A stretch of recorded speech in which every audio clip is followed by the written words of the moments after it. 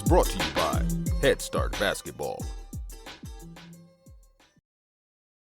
The challenge I think I have every day is trying to continue winning and keep this program going in the right direction, because the more we do that, the better my chances are of being a head coach. I mean, that's my dream, right? I want to be a head coach. And so the challenge is beating out for a job 10 other guys who have been a successful head coach somewhere or have head coaching experience, and I'm an assistant coach, and that's hard to do, right? So I think that's my biggest challenge individually. I think the biggest team challenge is getting SMU back into the NCAA tournament.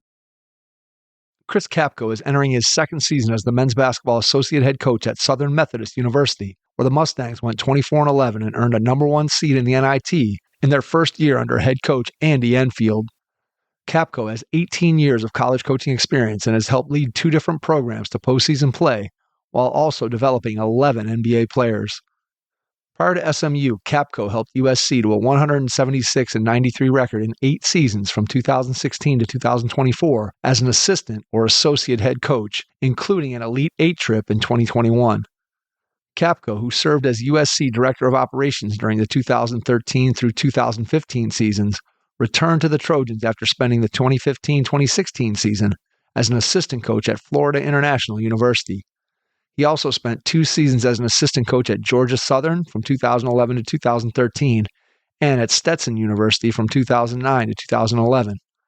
Prior to his stint at Stetson, Capko served as a graduate assistant at Marshall University.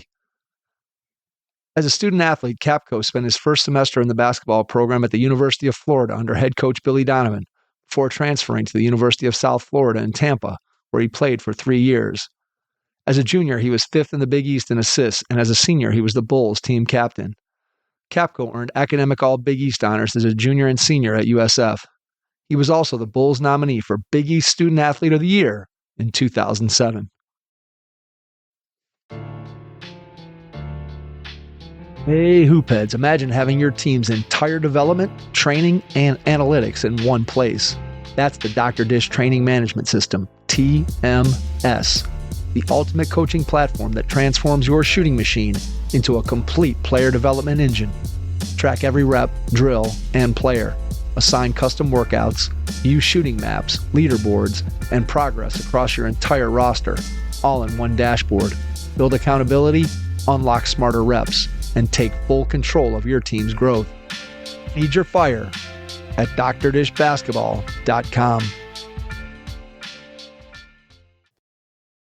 Hi, this is Phil White, author of The Leader's Mind, and you're listening to the Hoopheads podcast. Coaches, you've got a game plan for your team, but do you have one for your money? That's where Wealth for Coaches comes in. Each week, we'll deliver simple, no-fluff financial tips made just for coaches. Whether you're getting paid for camps, training sessions, or a full season, Wealth for Coaches helps you track it, save it, and grow it. It's time to stop guessing and start building. Subscribe now at wealthforcoaches.beehive.com/subscribe and follow us on Twitter at wealthforcoaches for daily money wins. Your money needs a coach. Start with Wealth for Coaches. Be sure to have pen and paper handy as you listen to this episode with Chris Capko, men's basketball associate head coach at Southern Methodist University. Hello and welcome to the Hoopheads podcast. It's Mike Klinzing here without my co-host Jason Sunkel tonight, but I am pleased to be joined by Chris Capko, men's basketball assistant coach at Southern Methodist University. Chris, welcome to the Hoopheads pod. Thanks for having me, Mike. Excited to have you on. Looking forward to diving into all the interesting things that you've been able to do in your career. Let's start by going back in time to when you were a kid. Tell me a little bit about some of your first experiences with the game of basketball. What made you fall in love with it? I'm probably unlike many of the people who got involved in basketball or are now in coaching. I was a little late to basketball. I grew up playing probably everything else but basketball. And, sometimes you are kind of what you're exposed to. And my family wasn't really a basketball family or anything like that. We lived by a park that, you just, back in our age or my age, you would go to the park and play. So all I had to do was go out of my neighborhood, across the street, and I was at a blacktop where you would just go shoot and dribble and stuff like that. So I probably got started playing basketball probably like middle school, right? I don't think I played organized basketball till right before high school. So like 8th grade. My dad just kind of bought me a basketball and things like that. And I would play with my friends randomly, but I probably started to get serious about it right before high school. And, fortunately enough, I was athletic enough and I guess hardworking enough that I was able to kind of make up for some lost time, and went to a really good high school, played for some really good coaches along the way there, and played with really good players at that point. They made me better too, every day in practice and in games and things like that. And was fortunate enough to, get recruited lightly enough where it led to college. And I had a great college experience. Kind of at that point knew I wanted to coach, and then the rest is history. When you think about growing up as a kid who came to basketball late, especially compared to kids today, right? We got them on travel teams when they're in second, third grade and doing all that kind of stuff. And here you were playing multiple sports at that age and doing different things, and then coming to the game of basketball a little bit later in your life. How do you think that impacted your development as a player? Do you think there was benefits to that for you in terms of being I don't even know if it's a multi-sport athlete necessarily, but just doing all those different activities as a young kid just to kind of improve your athleticism? I always think about, again, I'm even older than you are, and I always jumped fences and climbed trees and doing all those kinds of things that, nowadays kids go to an athletic performance training person to help them to learn how to run or learn how to jump or land and all the kind of things that you and I kind of just did naturally in the neighborhood. So how do you think about that in terms of your development as a player? It's a good question. I've thought about it recently with my kids. I have a 4-year-old and now a 1-year-old. And, I still believe in playing everything. And the one thing I would tell you that I believe in is it's got to come from them. So like, I'm going to try to help my kids, expose them to different things. And then when they figure out what they want to be good at is then when I'm going to try to help them be the best they can. So my dad never steered me one way, or my mom never steered me one way. They just let me play whatever I wanted to play.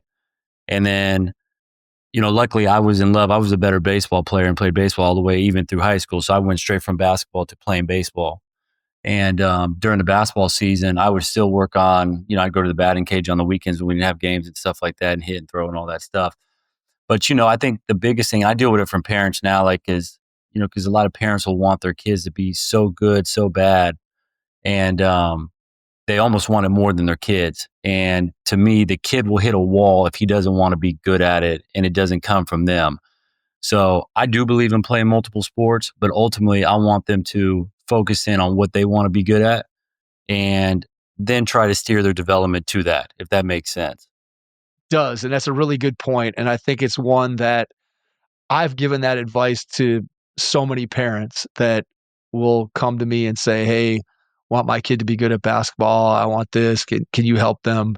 And my response is always basically just what you just said, that, look, if your kid's going to be good at basketball, it's not going to be because you want them to be good at it. It's going to be because they love it enough to practice and to get better and to do the things that it takes ultimately to be successful. And I think that sometimes, and I will say that I have kids that are much further along than yours are.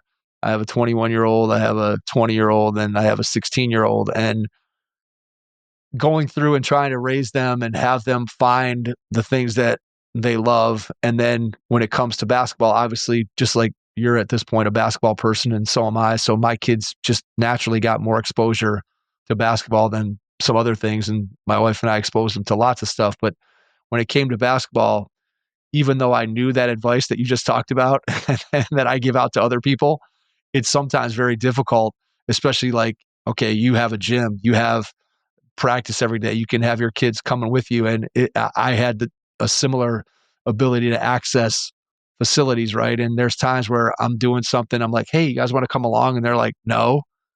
And I know what the right answer is. It's just to say, okay, yeah, you guys can stay home. And yet there was a part of me that's like, come on, like dad's got keys to a gym. Like we could just get in there and work on our game at any time. And I really had to dial myself back and make sure I understood and took my own advice, like what you just said. So it's a lot harder to do than it is to say. You got to really hold yourself back, is what I found, Chris, in those cases with your own Yeah. kids. It's not always as easy as it seems. Yeah. And it, probably as they get older, I could sing a different tune. Right now, like I have a 4-year-old, and I haven't tried to get her going on basketball at all. And because she's going to get exposed to the gym enough just by being around me. Hopefully I'm coaching till she, gets done with high school and all that stuff. But she'll naturally get exposure to that. So, like for instance, she's taking up dance and gymnastics on her own. Like it's what she just enjoys doing around the house. And we didn't steer her toward that. It's on TV, and then she just sees it randomly, and then she just goes with it, right? So now she's in gymnastics, and that's just a small example, but that it was something that she has shown interest in, and now let's help her try to be good at that. And so it's whatever it is, like if she wants to be great at basketball, I probably have an inside track on helping her be good at basketball, but I'm not, I get my fix in every day too, though, in terms of I enjoy what I do. I'm at the gym. So if she doesn't want to play basketball, and again, as they get older, I may feel different, but right now, like I'm still going to the gym every day. I'm still coaching. I watch a ton of hoops, whether she wants to do it or not. So I just want to help her to be good at whatever she wants. And then I'm going to really try to steer her development towards that once she shows that this is what I want to be good at. And that's my advice to any kids, even, like who are high school, who I got friends now who have kids who are in that age and things like that. It's like, man, just, it's got to come from them. It really has to. If they want to be good and you want them to be as good as they possibly can, it just has to come from them, because you can't make them go to the gym every single day. We can, as coaches, make these guys want to really be great. It has to come from them. We try to identify that in recruiting. And you try to identify gym rats, right? People who love it. And for the guys on the margins like myself and like 98% of them who aren't blessed with just such God-given ability that it just is overwhelming for other people. So for the people on the margins, you better work, right? And that's how you're going to overcome being on those margins. And it comes from really, really putting time in your craft and being the best at it that you can be. Yeah, I mean, that's two good points there. I mean, one, when you talk about just you as a coach, right, that that you've had guys that you've coached over the course of your career that they didn't love it.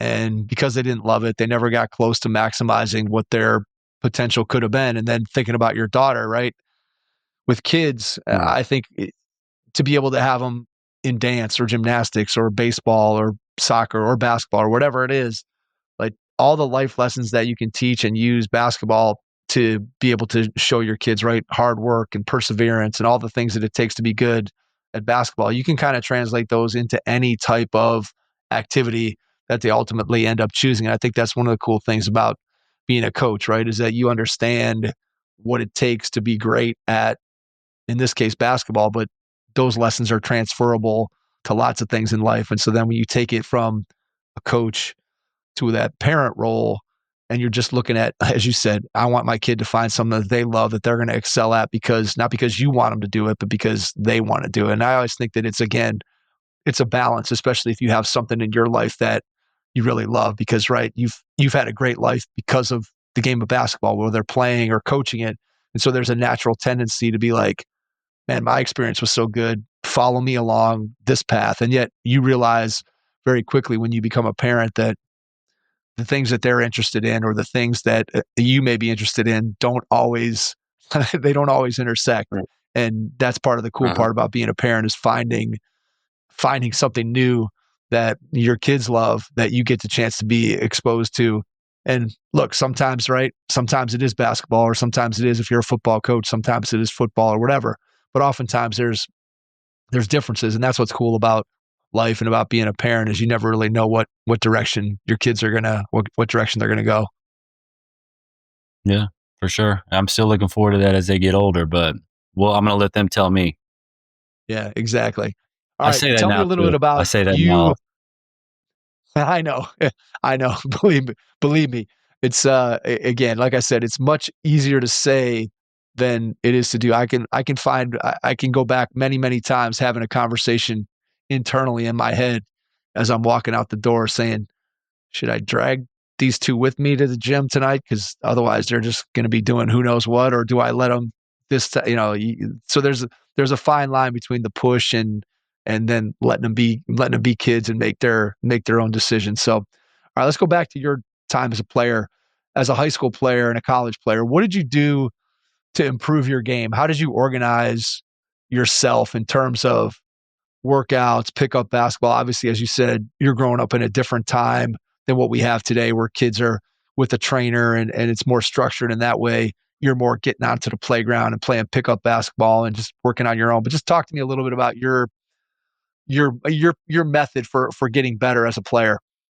Yeah, I mean, it was just so much different than it was this year. I mean, you didn't do anything else other than play. You just played all the time, every single day. You just found pickup games anywhere you possibly can. I mean, I wish and I was probably a little bit different. I didn't have keys to the gym or anything, so you literally just had to go play, play pickup, try to play with as many older guys as possible. When we were in high school, my high school team was nationally ranked. We had a bunch of Division I players, 2 pros, 2 guys who won national championships at the Division I level. We would go play at the D2 college, Florida Southern College, which was really good at the time. And so that's where we would go, other high schools. So yeah, there was no real secret to it other than just playing. And then as I got to be a little bit older in high school, and I did have some gym, like we didn't have a gun. I didn't shoot on the gun until I got to college. Most high schools have a gun now, right, to get extra shots up. So you literally had to go rebound your own shot. I hate to tell my age like that, but that's the truth, right? Like, so stuff like that. As I got to be older in high school, and any gym time I get, then you start to set up the chairs, right, to work on your handle, and you do different finishes, and you would create everything you did on your own. I didn't have my first individual workout with anyone other than a real coach until my junior year of college, and you won't guess who that was. It was with Ryan Pannone. Pannone was the first guy who ever worked me out. When he was a manager at USF and I was a player. So that just shows you how different it was, that these kids are training with kids in high school and far before that. And I didn't even start thinking about having an individual workout with anyone other than a coach when we would just do team workouts, by the time I was late into college. So it was just the landscape and everything was just so different, but you just played literally all the time. I mean, in the summer, play in the morning, find another pickup game in the afternoon, right? During in the summer when you couldn't work out with your coaches, there was pickup at USF every day. When I was at Florida, pickup at Gainesville every day. You just played every single day. You play, and that's, you just try to play. You played one-on-one, you played 2-on-2. If you had 2 guys, you would play one-on-one as much as you could, right? If you had 4 guys, you would just play 2-on-2. And so I see with our guys right now, I mean, just everything is so different. Everything is more worked out, more trained, which isn't necessarily a bad thing. I do, as I reflect, wish I would have probably trained. I wish I would have found balance where I would have trained more and worked on my shot more and maybe worked on specific things more. But I also do think I benefited from playing a lot too. So. Do you ever feel bad for your guys that they don't just get to experience what you got to experience in terms of pickup basketball and just sort of that pickup basketball culture? I don't feel bad for them. As I've gotten older, I guess I've kind of accepted it. Like when this thing was whole, like transitioning, man, I don't even remember when, but like I started to see the transition maybe like maybe even more than 5 or 6 years ago, longer than that, like where kids just started playing less. And we could see it with our guys when we were at USC, is like it got harder to have them play in the summer because they were so used to training. As we would get them younger and younger, right? This is what they did. They trained. And so they just want to train in the summer. And so we stopped making it mandatory for them to play pickup in the summer. And then if they wanted to individually, they could go find runs somewhere in LA because there was enough of them. But it was like ingrained in them just to train individually. So I don't know if I necessarily feel bad for them at this point. I do think I wish we could somehow find a balance and people could kind of make it cool again to play more, especially when you're younger. I think the adults and the pros, they start to do that. And you see some of the stuff that circulates online of guys playing, and it makes it a little bit cooler. But the younger kids definitely don't organize pickup. That's for sure.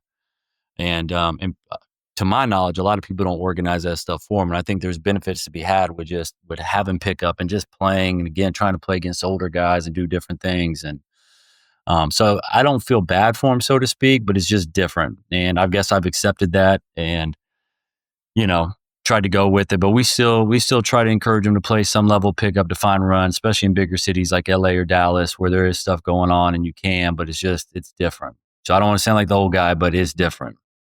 Yeah, it's got to be a little bit. I just feel like it's much more challenging, right, to find good games if you're a high level college player, to be able to find a game to play in that's not, again, organized on your campus or that kind of thing. It's just tough, man. It's tough to find. It's tough to find games. Like my son, he's a sophomore and plays Division III here in Ohio, and he had like a text chain of probably like 25 guys from the Cleveland area that were Division One, Division II, Division III guys to try to get pickup games. And even with that many guys, it's like they played like twice over the summer trying to get everybody to show up at the same place and play. And you're just like, man, like, I don't know. I just always feel like what's fun about the game is playing, right? And again, I did my share of workouts and whatever when I was playing, but man, what you love to do is play. That's why we all pick up the ball in the first place. And it still kind of blows my mind a little bit that guys spend so much time, again, working individually. And not, like you said, it's just the way it is. But man, just to be able to go out and just play the way you or I played, where you're at a court for 4 hours and trying to win 5 or 6 games so you don't have to sit for an hour. To me, there was always nothing better than those kinds of experiences. And that's what I feel bad sometimes for my son, that he missed out on getting an opportunity to do that. He's just kind of in the gym by himself or with me, working on his game. I'm like, man, I was just playing all the time. And so it's a different world for sure. Mm-hmm. Yeah.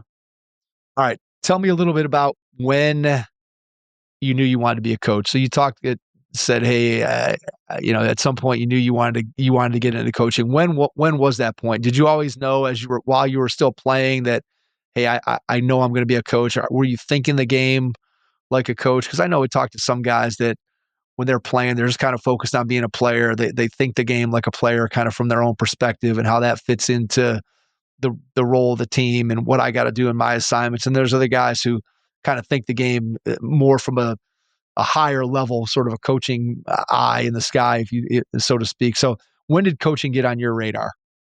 I knew I wanted to coach when I was in college. I don't remember the specific year, but I knew I got to a point where it's just like, hey, I know this is what I want to do. In high school, I just wanted to get to play in college. That was kind of always like my dream, was playing in college, because I knew I wasn't going to play in the NBA. In my family, there was there was always very honest conversations, right? Like I didn't go home and my dad blamed the coach or my mom blamed the coach for me not scoring a bunch of points or maybe being the star or whatever. And my team was so good that, I guess I found out at a young age, you just had to find a way to get on the floor, right? So there was never like any disillusionment where I was like, you know what, I'm going to make it to the NBA. So I always knew at kind of a young age there had to be a plan B. And I think I kind of shifted to thinking about coaching as I got into college. And especially as I got to be older. So probably around my senior year, I redshirted a year because I transferred. So it gave me 5 years. And in my 5th year of college, I ended up getting a minor in finance. And my first job out of college was at JP Morgan Chase working as a performance analyst. And I started to pursue that a little bit just because I wanted to make some money, but I kind of always knew in the back of my head that I wanted to coach, and I didn't necessarily know how to pursue that avenue either, right? And so I end up working a real job. I work in Manhattan, I'm working on Wall Street, and within a month or 2 months, I'm like, I can't do this. This isn't what I want to do. And in that time frame, I also missed the camaraderie, practice, some of the stuff I didn't know if I would necessarily miss, even though I was kind of starting to change my attention to coaching. But I really missed it. Like I missed just going to practice. It was the first time in my life I wasn't going to practice in the fall, right? I wasn't preparing for a game. I wasn't training to stay in shape. A lot of the nuances that go with just once you get into the season. And so I really started to miss that, really, really missed it. And I was going to like local games at St. Peter's. And I went when USF went up and played Seton Hall one day. I went over there to Jersey and watched that. And so I was just going to a lot of random college basketball games and watching a lot of college basketball, and then just started, reaching out to old coaches about getting into it. So I won't get too far ahead of it, but basically I probably started shifting my focus towards coaching in college, and then started to get more serious about it as I got older in college, and it hits you that, you know what, I got to start figuring out what I'm going to do next. So what do those conversations look like when you started reaching out to former coaches and people that you thought could help you in the profession? What did those conversations sound like? So in the fall, and this was one of the, like early lessons that I still carry to this day as I talk to younger guys in the business is, how do you get into the business? And so at least I knew, hey, there was GAs and there were certain things and lower level entry positions. There wasn't as many then as there is now. And so I started reaching out to some of my old coaches, like, do you have GA positions available? And this is like probably in the fall or maybe wintertime sometime. Cause I had a general sense of how the cycle worked, right? Like, hey, I got to wait for school to get done, the season get done, then I can apply to school and get in all that stuff. And every coach I called, not that I had this huge network of people I knew, but I called 3 or 4 and everyone's like, hey, not sure what we're going to have.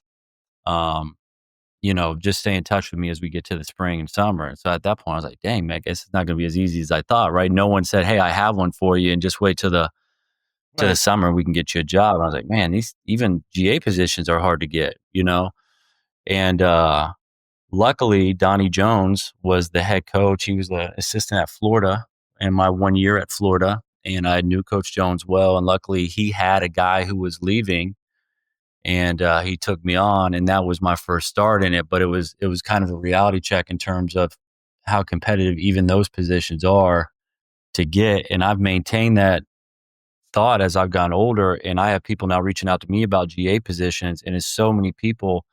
We have 2 GA spots and I probably get hit via email. And then as we go throughout the course of the year, if someone was trying to help somebody out, 30, 40 people throughout the course of a year for 2 GA spots, right? And you wouldn't think that those spots would be as competitive as they are, but they're very competitive. And so I was very, very fortunate to get on with Coach Jones. Luckily, the timing worked out and he had someone leave and I got on with him and then became a GA at Marshall. What do you remember about that first experience in terms of how it meshed with what your expectations were of being a college basketball coach versus what the reality of being a college basketball coach were? Did it match up kind of like what you thought, or were you kind of surprised by some of the things that maybe you spent a lot of time doing or that you saw the staff do? That's a good question. I would say it was probably spot on. I think I had a good feel for what the job entailed.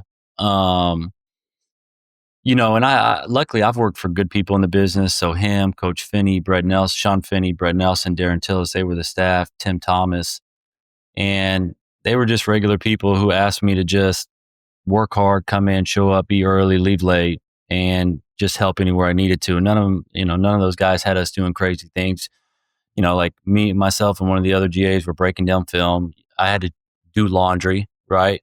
But hey, I knew there were managers and GAs when I was in school who helped with the laundry. I worked guys out. I was on the floor constantly. I helped out at practice.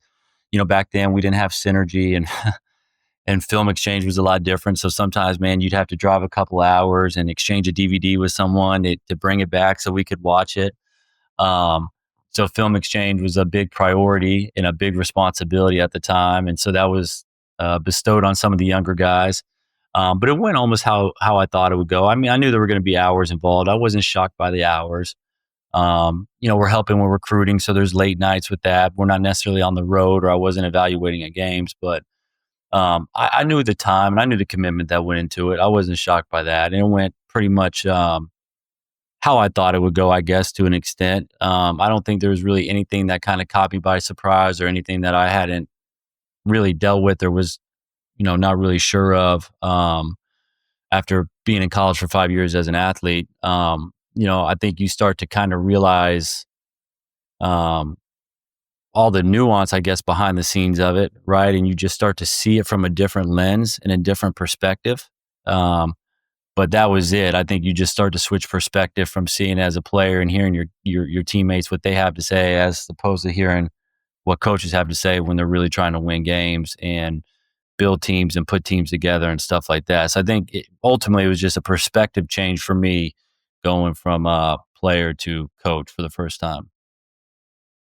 What would you say was your biggest area of growth or learning in that first year that you came in and you're like, man, I really got to dive deep on this or get better at this? Was it some portion of the X's and O's? Was there a leadership piece? What was it that you felt like, man, when I come in here, this is an area that I really want to attack and improve and grow in? I didn't have, when I went in, I wasn't like, this is what I'm going to attack. I think because of the rules at the time, the coaches couldn't get on the floor with you in the summer, and then they could only get on the floor with guys in groups of 4 up into a certain date in the fall, right? So now going back to the whole player development thing, I was on the floor constantly with guys working them out, constantly, individual workouts, groups of 2. We used to have guys come in early in the morning. We'd have like a breakfast club. Guys get in morning or early in the morning, and we'd work out, and then they come back later. We have times throughout the day. So player development, because the coaches were limited in what they could do, we were on the floor constantly with guys, and then organizing pickup, because we were still playing pickup at the time. So it was kind of early in my coaching career was when there was a good balance between working out and then making sure guys played, and was still in an era when guys played a little more. But that was kind of the thing we grabbed the bull by the horn on, because the coaches were limited. So it's where we could really cut up the slack. And then, the other part of it, don't want to say that I went in there saying I was going to attack it, but it then ended up falling on me as this just becomes your job title, is just film breakdown, right? You're creating edits for coaches all throughout the day. So you're watching a lot of hoops. Now you're really starting to dive into how different people do different things, what your coach wants, what they're looking for, what they're looking to get out of certain things. And that was pretty eye-opening as well, to get those experiences. What's the first job search like after the GA position? Yeah, I mean, that was eye-opening too. I was a GA for 1 year, and my mindset going in was like, hey, I want to get my master's, right? I'm getting it paid for, but I don't want to be the reason I don't accept a job is because I have a semester left of my master's. So I finished my master's in a year. I had the summer that I had to finish it, and all summer, credit to Coach Jones and to Donnie Jones, Sean Finney, who are at Stetson now and doing a great job. Anyone I asked them to call, they called. Anyone I asked them to reach out to and they knew and they had a relationship, they did. And they were great and, really helped me a lot along the way. But I got a lot of no's, or they knew what they were doing, or, just not the right time. And luckily, the last job of the summer, Stetson had an assistant coach position open. And Coach Derek Waugh, took his time and probably made a decision. I don't remember specifically when, but I know it was in August, close to when school started, right? So if I don't get this job, I'm going back to Marshall, which was fine. And I had finished my degree. I would probably just take classes just to get my stipend and stuff like that. But I ended up getting the job.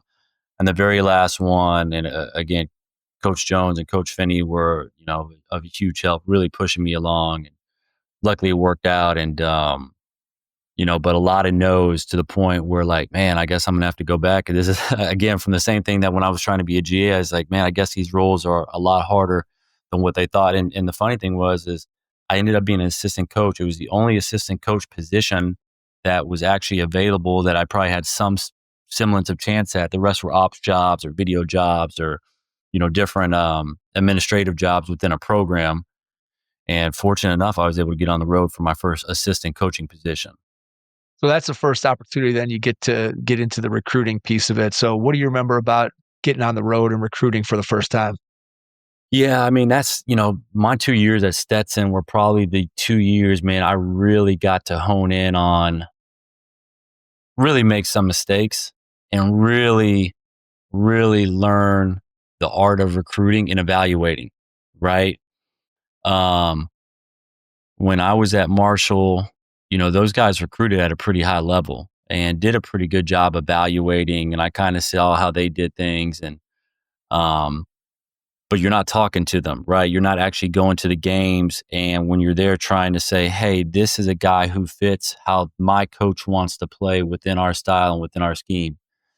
And so, you're going there and one of my first jobs, you're learning how your coach wants to play and what types of players he likes. And then you're trying to identify that. Then on top of that, you're learning who you can and can't get, right? You may see a guy who you like, but I can't waste my time recruiting him because I know I can't get him. And I made a lot of those mistakes. Hey, man, I can get this guy. And then when you get told no for the first time, you're like, oh, this might be a lot harder than I thought it was. And then you get told no again, and you get told no again. And then you start to find out real quick, hey, maybe I got to scale it back a little bit, not waste so much time over here and figure out who I can get, right? And I was so lucky because the staff I worked with really allowed me, and it's probably just being young and just being, hey, man, I had no family, right? I was just getting on the road every day, going to watch whoever, going to see any game I could, literally every day of the week, just going to games if we didn't have one or we were in town. And then you start to identify, guys you like for whatever reason. And one of the best things about being at Stetson is not too many people are calling you about a guy. And most of the guys you're recruiting aren't on a list. You know what I mean? So you're going over there and really identifying with your eyes and just, hey, I like this guy. No one else is talking about him. There's no hype. There's no evaluation. And I just like this guy. And I really thought it helped me sharpen my eye in terms of evaluating and getting a feel for guys who could fit, especially in the ASUN. And then you start to see the league and who's been successful in this league, where they come from. And so you're starting to develop, hey, this kid can play at this level, or he's doing really well at this level. And so I felt like that really helped me. And we signed in my 2 years there, we signed 2 really good classes of young kids. And in fact, our last class, we had got fired in my second year. Coach Waugh got let go, and it was my second year. And we had signed a kid, Corey Walden. Corey ended up going, when we left the ASUN or left Stetson, he was, I want to say, all ASUN rookie team. And I had helped send him to junior college. And he goes to Eastern Florida State for Jeremy Schulman, who's now at Tennessee Martin. Well, anyways, Corey then goes to Eastern Kentucky, who I kind of assisted him going there. And he ends up being the OVC 2-time player of the year, or maybe just 1-time player of the year, 2-time defensive player of the year. He had a great career there. Adam Pegg and Chris Perez ended up staying there. They were transfers who we had brought in. They ended up being all league at Stetson. And then we had 2 other guys, Steve Forbes and Louis Jacobo, who went to IPFW with John Kaufman, who was the assistant I took his spot at Stetson. And they both ended up being I'm trying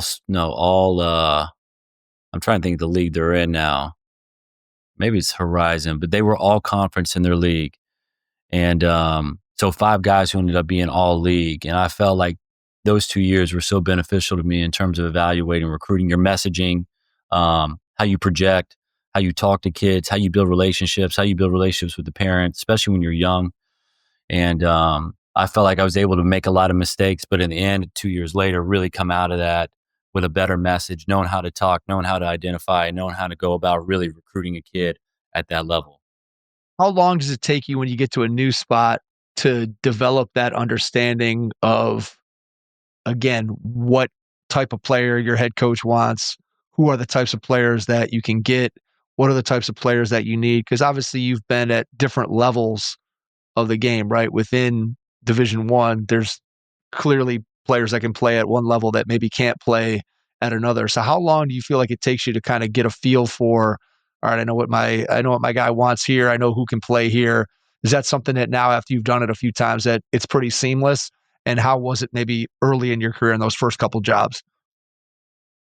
Yeah, I don't know the exact time, but it takes a while, and it can be changing too, right? You can have a bad experience with someone or feel like a team didn't work out and his position didn't work out and change it. And so I think you're always having those conversations. But initially, I don't know the right answer, but a full year at least, if not longer than that. And you're trying to get a sense of it on the fly and through conversation with your head coach and asking questions. My next job when I was at Georgia Southern, I worked for a guy, Charlton Young, and he always talked about the type of players he wanted. And so I felt like identifying for him was a little easier. Not that that's right or wrong, right? But he always articulated what he wanted. And so, when I was going out, I always thought, okay, at least I know what it is that I was looking for. Whereas sometimes, it can be different. And then the job just changed, the job where you're at and the type of kid you can get in and your recruiting base in those jobs can make who you get different too, right? And the school you're at and stuff like that. So that the academic profile of it, So just different things like that, but it's ever changing. And I would say, I don't think it takes 2, 3, 4, 5 years, but it can take some time to iron out and really get a good sense for who your boss wants and who they don't want and who works for them and who doesn't. How much of it, when you think about when you're out recruiting, what is it that attracts beyond just, again, obviously you have to recruit the type of players that your boss wants and they're going to fit into your program, but just you from a personal standpoint, what are some intangible things that you like about a guy that when you walk in a gym and you see somebody for the first time, something that makes that guy jump out to you, again, provided they have all the other things and they're at the level that you want? What are some intangible things that you personally like in a player that you're trying to recruit? Yeah, as I've gotten older, I do more research on parents and kids than ever. And I like going to games still to this day because I like being able to evaluate the person and the people around them and just see the interaction of who they are. I think all of us as coaches do not want people who do not bring energy. People will talk about energy or vibes or whatever word it is you want, but it doesn't take long to see someone who gives you negative energy, right? So I want to see it all. So you talk about intangibles. Half the intangibles aren't even on the floor. I want to see when they make a mistake, what do they blame someone else for? Do they take accountability for it? I watch the parents when they make a mistake. I want to see how they act. I want to see how they talk. I want to see who they blame, right? I want to see them play bad just as much as I want to see them play good. Not just as much, right? Because they play bad all the time. I won't recruit them, but you do want to see them go through some level of adversity because I feel like for high school kids in particular, they really start to hit adversity when they go to college. And sometimes we don't get to really see them go through that because the adversity for them in high school looks so different. So little things like that. I want to see if they play hard. I want to see if they practice hard. I want to see if they're on time. I want to see if they're on time, ready to go. Again, what type of energy are they bringing in the practice? How do they congratulate their teammates? Do they root for their teammates? What kind of energy do they give off? How do they comprehend what's being taught to them? So all types of intangible stuff away from actually playing. And then and then sometimes it can be backwards. I may see a kid who I really like. I saw his game one time. Now it's okay. Let me dig into who this person is. Right. And so all that stuff I just said is cliche, but it matters, right? All that stuff matters. And I don't think parents realize it matters as much as it does, but it matters.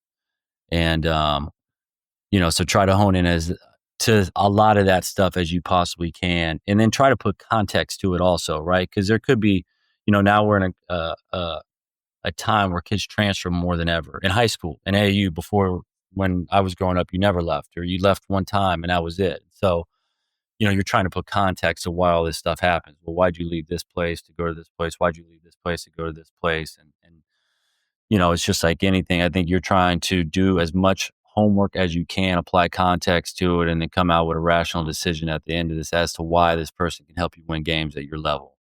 How does a portal affect the way that you approach recruiting? Clearly, you go back 10 years ago, nobody could have seen what the landscape of college basketball looks like today when at that point you're primarily recruiting high school kids.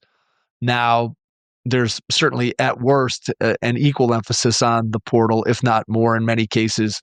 So how do you think about the portal in terms of doing those same kinds of evaluations? Now you not only are, you have some of their college experience that you can go on.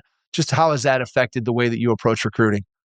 I actually think it's made it easier, to be honest with you. It easier in a sense of, I think we get a better sense of who we're getting, and we can, like, when you can see someone transfer from a Division I school to another Division I school, particularly at the same level, you got a pretty good sense from a basketball standpoint how they're going to fit in, right? Now, I can also call friends in the business who have seen him go through the struggles at this level, or maybe not even that many struggles. They've had success. More kids transfer with success now than they ever have. You know what I mean? So some kids have had success and left. Right. And I feel like I can get a really accurate depiction as to who this person is and what their daily habits look like and what type of player they are in the portal. Like even if a kid is transferring from a lower level up, the chances are they've played a high major school, and I can go back and see them play someone in our league and see how they've fared and how they've handled things. Right. Whereas with high school kids, there's just a bunch of unknown. there's a lot of unknown that has always been the case. But now when you can pick a kid who's been in the portal and you can see the context that's been there, it's harder to apply that context to high school kids. Because like I was saying earlier is, a lot of times as you move up level, the competition becomes that much more intense, right? And for kids we're signing at the high major level right now, for the most part, they're by far and away the best player in their program. So they're playing through all kinds of mistakes. And there's not the same onus on making mistakes and the consequence that comes with it as there is when they get to us, right? So now they get to us and they're freshmen. And like, for instance, we have freshmen right now who are in our program. Well, we got 7 upperclassmen who have all played high major, high level college basketball. They're older, they're more physical. So now the talent is really starting to catch up to them. And you have guys who have played at this level who probably and should have a better feel and know-how as to what's being asked of them to do things, right? So now it's not as easy. More things are being thrown at them. And now we're starting to see a little bit of adversity here, and we don't know how that's going to happen. Right? So certain things you just can't tell until you get them there and you get around them every day, and then how they react to that stuff. So that's one case where I think the portal has made it easier. Now, the other part where I think it's made it difficult is just even the kids you do take who, when you've applied context to them and you got a better feel for them, you're still learning them every day, even when you get there, when you get them there every day, and you're still figuring out how to coach them. And 2 months in, 3 months in, 4 months in, you're still learning them, right? Last year, we took a team full of kids from the portal, and I think how we thought we were going to play in November, we were probably playing a little bit different in April, right? Now we won 24 games, but we had to learn our guys on the fly as well and figure all those guys out as well, and where they can score and how they can score, who guards this action better, who doesn't guard this action better, what's our best defensive lineup, you know what I mean? So you're figuring a new team out more often and having to teach more from a year-to-year basis to teach what you want to do, as opposed to when you used to have kids in your program for 3 or 4 years. And it just doesn't happen like that anymore, routinely at least. Yeah, obviously, as you said, you're trying to teach the basketball piece of it, right, year to year, and you don't have that carryover where you're like, man, we got a really great freshman class and can't wait till those guys are upperclassmen, and then the team kind of runs itself and everybody knows the expectations and you're kind of building for that. And now it's more of a 1-year thing. Hey, I got this group for this year and we got to maximize it and do all those things. So you're having to teach the basketball part of it, but there's also the part of building a cohesive team that's together, right? That roots for each other, that you guys are connected. How has that changed, and how do you guys try to handle that at SMU in terms of building a group that is not just 12 individual guys, but it's a team that is always pulling for one another? With, again, you have the specter of the portal and all the challenges that go along with sort of having a quote 1-year team.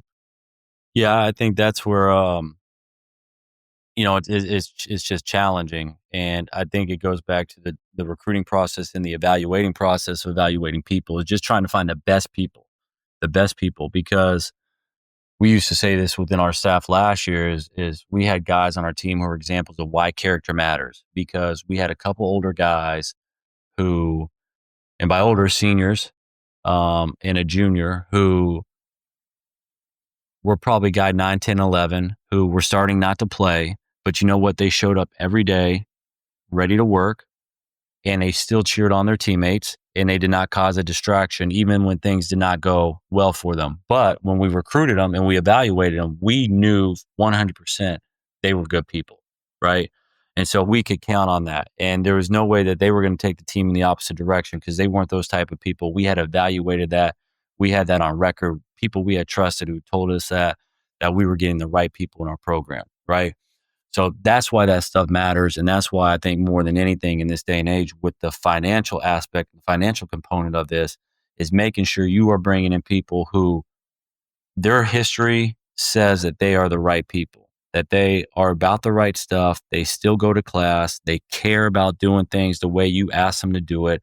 They care about being successful, and they just care about doing the right thing. And that stuff matters more than anything. And if you get those right people, at least they're all going to be pushing in the right way. Now, you still got to figure out, your rotations or what this guy does. Yeah, you've seen it on film, but you haven't been around him every day. You're still learning certain nuances about his game, or how these two play together, or how these three play together, our best 5-man lineup. So there's certain basketball components of it.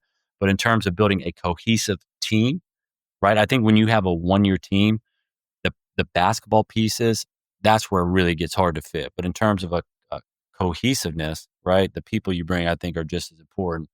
And I think when you do build a one, I think some of it's catching lightning in a bottle when, again, you've got the right people, but really finding the 5 pieces that stick together when you're doing it or really, really gel well together on the floor. That's the hard part when you're doing all this on a one-year basis. And sometimes you're having to sign 5, 6, 7 guys, right? Not just one person who can complement 4, but trying to find 5 new. Like we had 3 starters back and 2 freshmen, 2 redshirt freshmen. So we had 5. So we have 13. So we brought in 8 new people, right? It's hard to bring in 8 people who you've never been with on a day-to-day basis to complement the 5 guys who are coming back. It didn't used to be like that. And so again, you're trying to find the right people. You think you're evaluating the right kids. Again, this is where you go to the portal because you can see them at the Division I level. But again, some of it's going to be a shot in the dark too until you get them there every single day. What does the process look like for putting together the basketball piece of it, going through the summer, heading into the fall, preseason practice, where we are now? It's October 29th. Season openers coming up quickly. What's the process? What are the conversations like in the coach's office? How are you guys attempting to put together how you want to play? What does that look like in terms of evaluating each individual guy? You said evaluating how this guy fits with that guy. What do those conversations sound like as you guys are going through summer, fall, trying to figure out how you want your team to play and what you want it to look like? Yeah, so we meet when we get done with the season. I mean, we all at this point, I've been with Coach for so long. I know how he wants to play. I know in particular what he wants positionally, right? And some of the stuff we find. Now, again, the challenge is you're going to get told no a couple times and still trying to identify the right stuff that matters to you, even after being told no. But I think, first thing is, hey, figure out who's staying and who's going. Once you've identified who's actually staying, now, who do you project out of who is staying? Were they within your roster? One of the first things we do with our guys is we have this thing called Just Play. We do a player development plan with our guys based on their strengths and weaknesses and things that we want to attack in the summer with them and as we move up into the fall and into the regular season. And then with that, you're trying to identify the pieces that can complement those guys. So one of our guys coming back, right, was Boopy Miller, a 3rd-team All ACC point guard. I think he might have been 2nd in the league in assists, if not 3rd. Really, really, really good point guard in terms of finding guys, making the game easier for other dudes. His backcourt mate was BJ Edwards, who is not quite the offensive threat, but really good defensively, right? So we felt like we needed to go get a bigger scorer and shooter who could score with the ball in his hands and probably break you down. And when things get tough, score a little more. So we go sign Jerron Pierre from Jacksonville State. He was the Conference USA Player of the Year, right? We felt like he complemented those guys well. And then we end up signing a guy from Wichita State who was 2nd-team All AAC because we felt like we had a really good glue guy last year named Matt Cross, who averaged 12-8. Well, this guy averaged 13-7 at Wichita State. And feel like he brings a lot of that same stuff that we really value with Matt Cross. His name's Corey Washington, and he could fill that goal, right? So there's, we have all these advanced analytics that we use that we try to model, or that we use from a model to try to determine what these things are that will complement the pieces that we have in place. And then when you're using freshmen, some of it is you're projecting what you think they can do. And so obviously, just trying to mix and match and make the puzzle pieces fit as best as you can in the summer. And conducive to how you want to play and stuff like that. And obviously, the monetary component of it now, it's got to fit within our budget and what we can spend. And so that becomes a whole nother challenge that all of us are trying to navigate through. We probably do less practice. Now you can actually practice with your team 4 hours in the summer. We had a couple guys banged up, so we scaled back and did more individual stuff in the summer. And we probably have scaled back in the summer more so than most programs, and felt like we stay fresh later on in the year, longer than others. Case in point, or an example of that is when we made the Elite Eight at USC in 2020, 2021, because of the COVID restrictions in California, we couldn't get in the gym with our guys until October, right? And sure enough, we hit, some schools, some places in the country were still getting in the gym in the summer or whatever.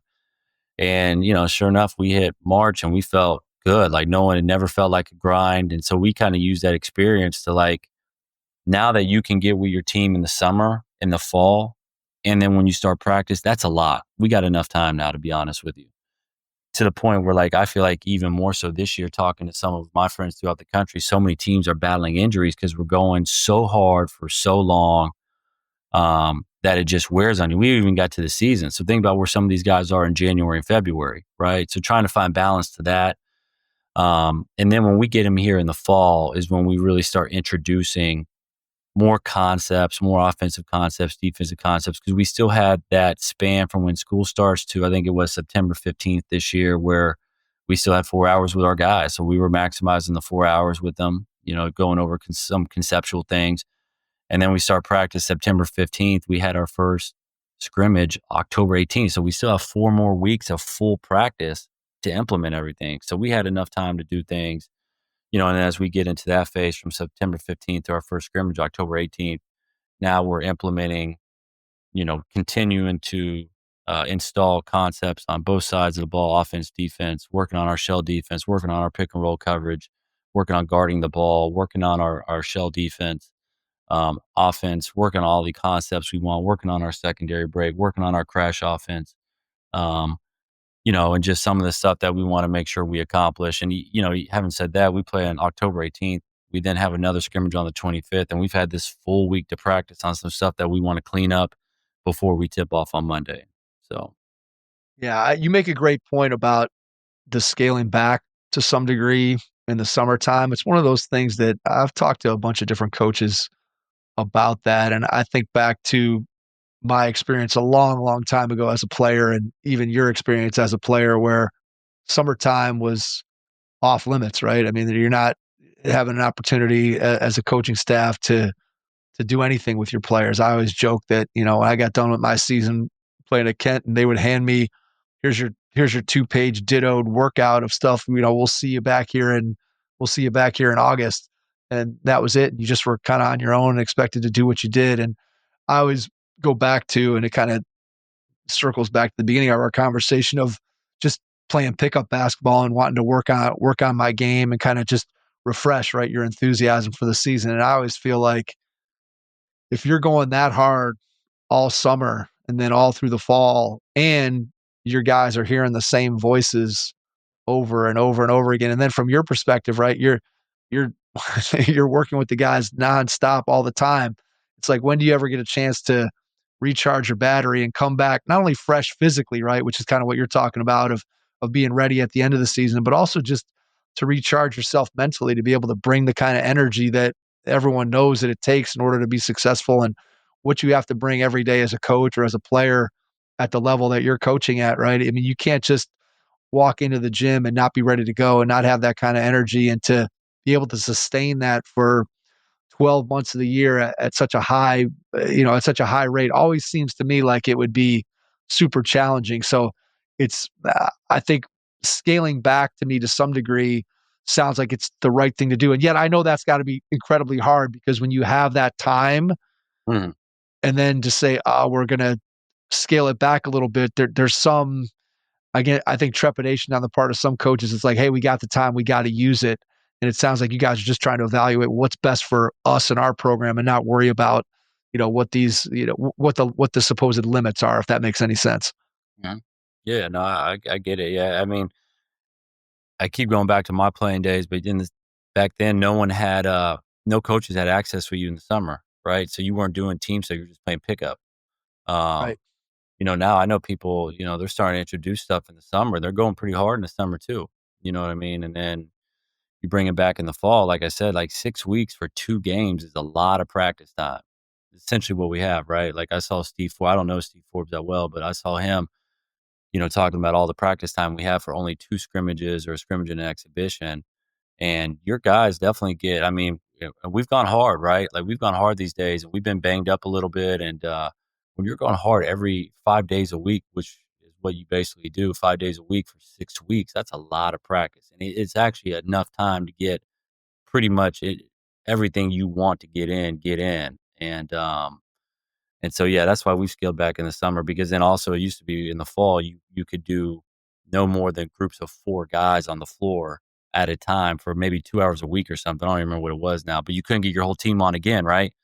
So we can actually get our team together again for 4 hours at a time. So sometimes it feels like even from the start of the school year, it could be a long time because, again, we have all this practice time for only 2 scrimmages until you get up to tip off. Yeah, you can see where again, you're never going to hear coaches complain about having too much access, right? But in a certain degree, you can see where again everybody can get. You talked about the dog days, right? There's just times where when there isn't that game, when there is that scrimmage, you're practicing 5 straight days against your own guys, beating each other up, and everybody's ready to compete against somebody else. And Mhm. it's like it's finding that balance. I think is key when it comes to that. Tell me a little bit about how you guys divvy up roles. How does Coach Enfield divide up the roles amongst you guys on the staff, and sort of what's the philosophy of delegating things to assistant coaches?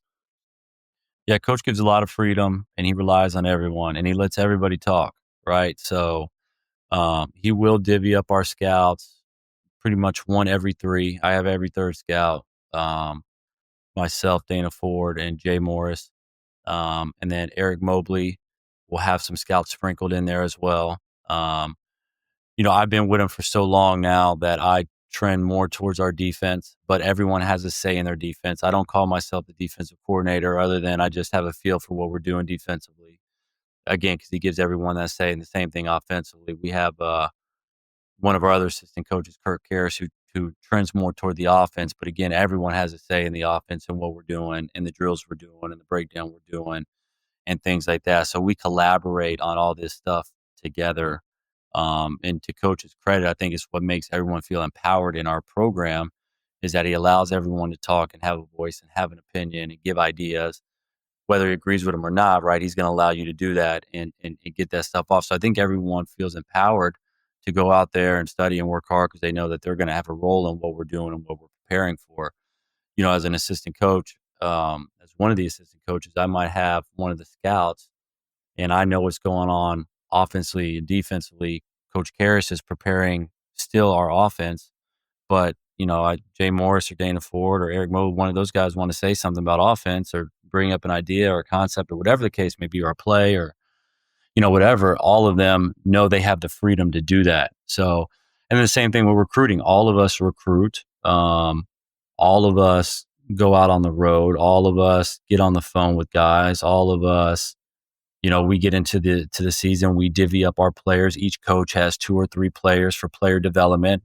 I do think as an assistant coach, it's still important to get on the floor with guys and sweat with guys and especially for the guys who might, every player is going through something at some point throughout the year, to be able to get on the floor and let them know that you still believe in them and just have conversation with them, I think is important. So we divvy up that and we pretty much split everything, basically through pretty much evenly throughout our program. And I think everyone feels empowered because of that. And having been a coach's ops guy before, I still keep some administrative things that keep me, busy. Like I still do our schedule. I still am a part-time liaison to academics. I actually help coach with our salary cap, so there's still some things I think because of our relationship and how long we've been with each other that administratively probably still fall on me as an associate head coach that I don't know if normally they would, but I'm okay with that. And it's actually helped prepare me to be a head coach more so than probably anything is that,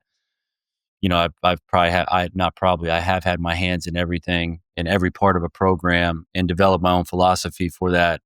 And how I think it should look and how we should approach things with everything from academics to basketball to salary cap to NIL to scheduling to player development to just everything. So Tell me a little bit about that prep for the eventuality of you getting an opportunity to be a head coach. What does that look like for you in terms of putting together your philosophy? Are you a Google Drive guy? Are you an old school 3-ring binder guy? Are you are you a journaler? How do you go about keeping track of the things as you're starting to build your philosophy of what you would want a program to look like that you were the head coach of? How have you collected the things that you want to incorporate into what eventually, when you get an opportunity to run your own program, what that might look like?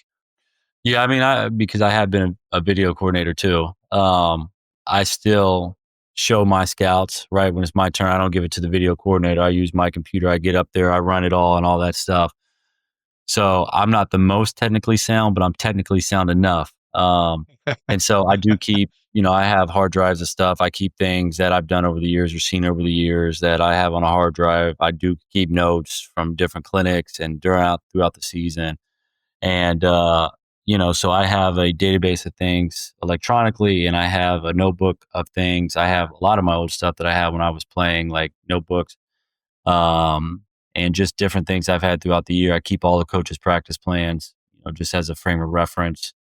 Um, and so a little bit of everything to answer your question, then constantly kind of thinking about things. And then the same thing, off the court administratively. Just, I think where I've tried to change my thinking is with coaches. I think I found myself, I don't even know when it was, but maybe 6, 7 years ago when I was a little bit younger, like, coach asking me a question, me maybe not having an answer for him and leaving it up saying, hey, however you want to do it, coach. Whereas now I try to have pretty direct answers for him. Now, whether he uses them or not, coach, I think we should do this. I think we should do this.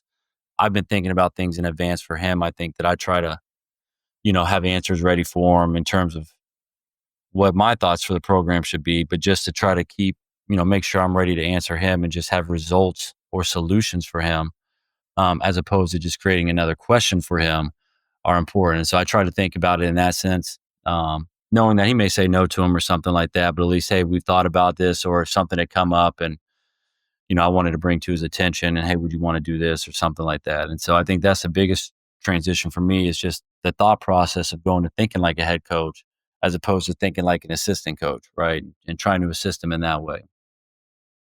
Yeah, it sounds like being proactive as opposed to reactive, right? You're trying to think about, hey, this situation may come up, or here's something that I'm seeing.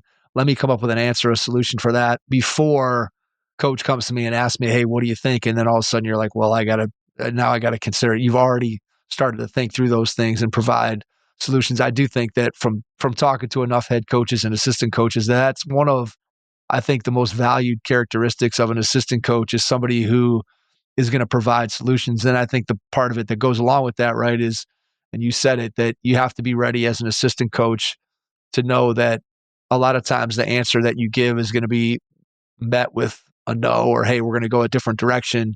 And you have to be okay ego wise with being able to give lots of suggestions and have your suggestions rejected and not take those things personally, and just understand that ultimately your head coach is the guy who his name is attached to the record, and it's his program. So he's ultimately going to make the decision, but it's your job as an assistant to provide as many potential solutions and answers to problems that you can, as opposed to, like you said, you don't want to answer a question with a question, because then Right. you're just throwing it back and you're not really being helpful. Yeah, it's not providing a different opinion for him to think about, or just something different for him to weigh on, right? Like, that's what you just want to give him, a difference in opinion. Again, or it could be the same opinion, right? I don't know what he may be thinking in certain instances, but at least it's something for him to think about and use, as opposed to, hey, what do you think, coach? you know, and so just, I think that's where, and again, I put a lot of thought into what I want to do with my program, and not that I try to instill that on coach, but because of that, when things come up, or, you know, like scheduling, like I've started on our schedule, and a lot of times I've put my thought into what I think our schedule should look like. And then I bring it to him with the certain games where in terms of what I think. And then he may shoot it back and say, no, but I have the skeleton for days, and I have certain teams lined up on certain days. And now it's just up to him to say yes. And now, why should we say yes or whatever? But really specific things for him to just kind of think about, as opposed to saying, hey, coach, here's 8 schools. We could play this game. We could play a high major game on this team or a low major game on this team. Like, coach, hey, it's opening night. Historically, this is what we've done. Here's 2 schools. Here's what their 5-year net has been. Bam, tell me what you want to do. Right. And so just try to be more specific with him just so he can answer. He just can give me answers. I can give him solutions and he can sign off on those solutions. One way or another, at least we get some clarity on what we need to do and we can be more efficient as a staff. Yeah, that makes sense. Plus, you get some feedback, right, on your ideas. So maybe, again, not only is he getting feedback from you, but you're getting feedback from him when you bring him an idea and he may say, well, hey, let's think about it this way. And that may bring something up that maybe you hadn't thought about. I'm assuming that probably happens too when you're scouting a team and you have a scout where you bring something, you're like, hey, I see this, or let's talk about that. And then you guys are bouncing ideas off each other and then everybody's learning and growing as a result of that. Tell me about your process for scouting a team. What does that look like? When it's your scout, what are the steps that you go through to prepare first yourself for being able to present the scout, but then what you're presenting to Coach Enfield and also to your guys so that they can be prepared to play the game? What does that look like? Yes, I mean, we could talk about it in real time right now. I mean, we open up on Monday with Tarleton State. One of the other assistants has that scout. And then we play Texas A&M Corpus Christi, I guess 3 days later, right? And so they return 3 guys. The rest of their team is new. So literally today, I combed through their roster, find out where the guys had been at, track down their stats for all the other stops they had been at, then went on Synergy, pulled up clips so I could watch them to get a better feel to provide context to the numbers I saw. Now see it visually. Started to create a personnel edit for all the guys. They played one game where their stats were online. So I pulled the box score for that, saw their starters, did a deeper dive on the 5 guys they started, right? So started to organize the player personnel clips for those 5 guys. And then I think they brought four or 5 guys off the bench who played significant minutes and did deep dive on that, right? So now I'm not going to be able to watch that game, but I got a feel for the 10 guys they played in that game, right? And I've gone back and watched those guys, those individuals for the past couple of years in their clips on Synergy. Then probably what I'll do is pull up 3-4 games from last season to get a sense of how they played at different times of the year too, to see if there's things that they were doing in the middle of the year that they did to the end of the year is probably how this coach plays, right? Like, whether they played man all the time or they ran this specific play. They were doing it midway through the year. They ran it 3/4 of the way through, and then they ran their conference tournament. It's probably historically a set that they run a lot. And if it's the same head coach, this is probably something he's going to do early in the season, right? So let's just try to get the best feel for how they played throughout the course of the year that I possibly can. Go look at their metrics, how they played last year, what they were good at, what they weren't good at, and condense it all. And then, what we usually end up doing is we'll play Monday, again Thursday. So then we'll review the Tarleton State game on Monday. And then as a staff, have the box. So Texas A&M Corpus Christi will play on that Monday. I'll have the box score. I'll have that game from Synergy, have that broken up, have the personnel edits from that game, their offensive sets, what they did defensively, how they guarded certain things. From that game pulled up for coach. We'll go through all their offense. We'll go through all their defense. We'll go through all their personnel. As we go through certain things, once we get done with their offense, we'll talk about how we're going to guard certain actions that we saw in their offense. Then as we go through their defense, we'll talk about certain plays we think we can run that can attack their defense. Then we'll talk about special teams. So baseline out of bounds, free throw defense, press, tip ball, jump ball. Sorry. Some teams run offense on jump ball. Sideline out of bounds, anything else within the margins of the game. Talk about how we're going to attack that. Then we'll talk about practice, what we think the most important things are. We need to work on practice, probably how our guys are feeling first. So how hard we should actually go the next day.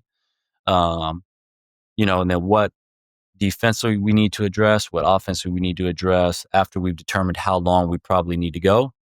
Try to get in and out as hard as we can, probably an hour and a half, somewhere around that. And that will be it. So How much of that scout do you share in terms of the film with your players? Obviously, you're doing stuff on the floor. to be able to walk them through and show them the actions and stuff that you're talking about? How much of the film for a given opponent are they watching, obviously early in the season when it's not really even, when the team is it's just random clips of guys they may guard, but just how much do you guys usually share the film with the scout with the players?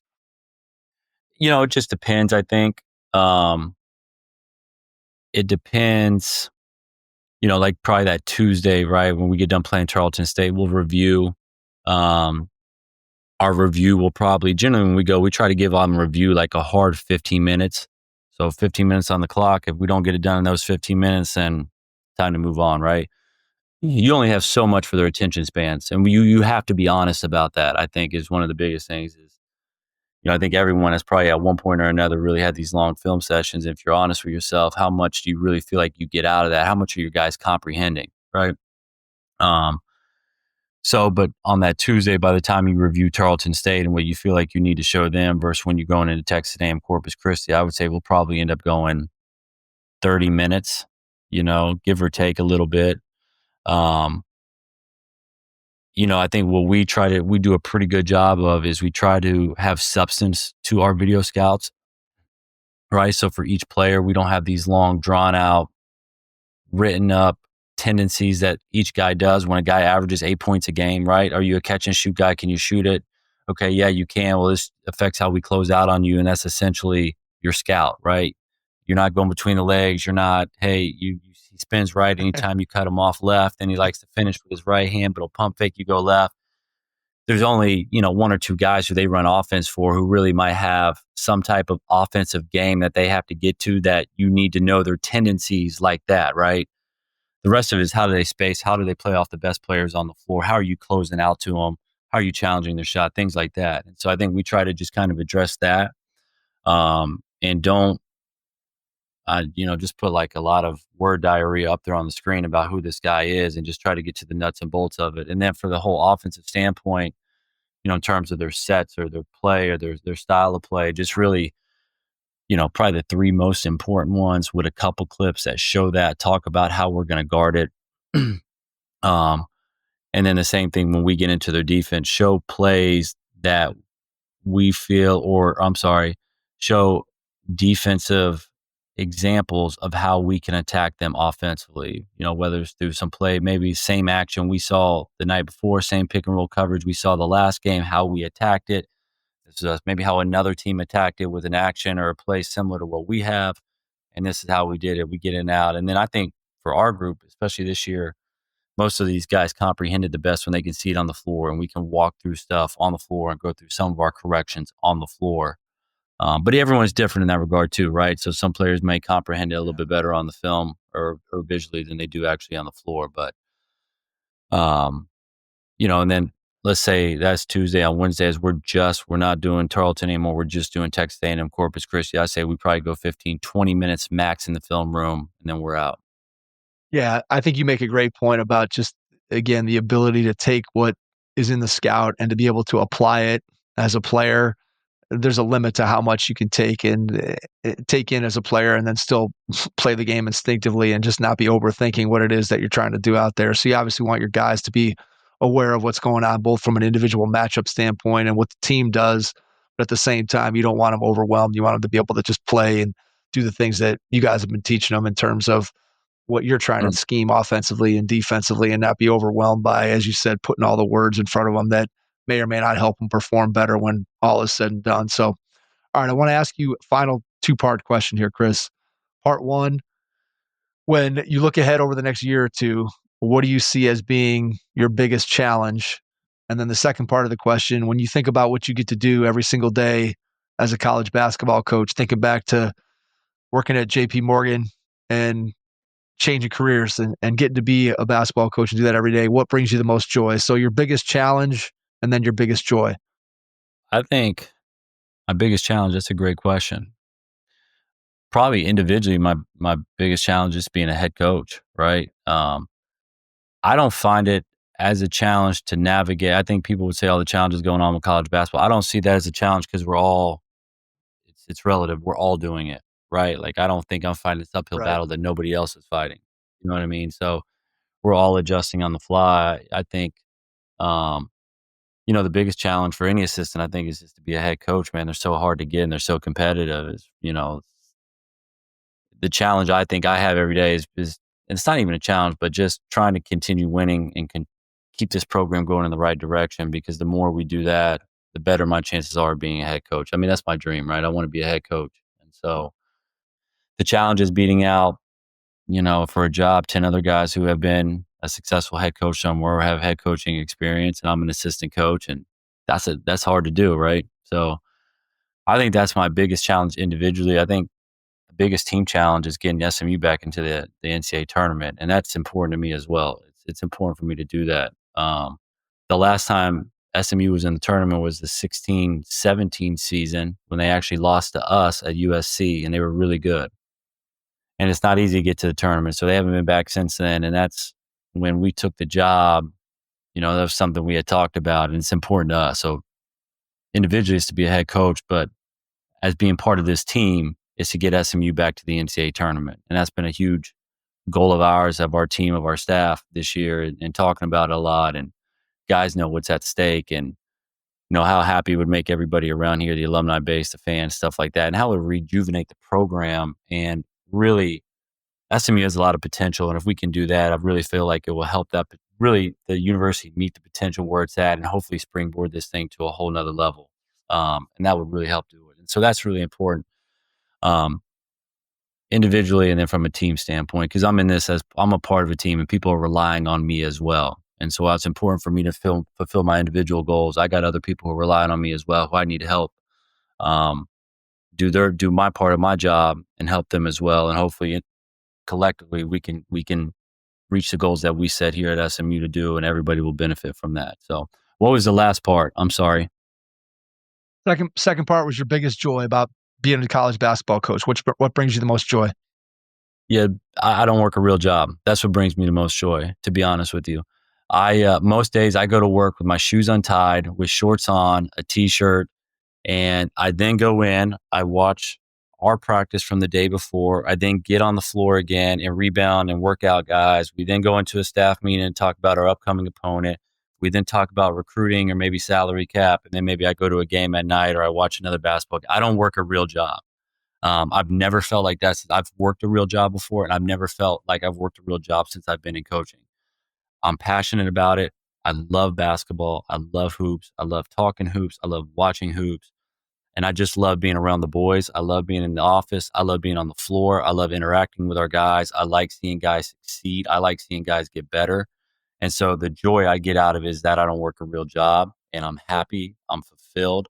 And I enjoy going to work and being around good people every day. And for me, that's what I get out of it.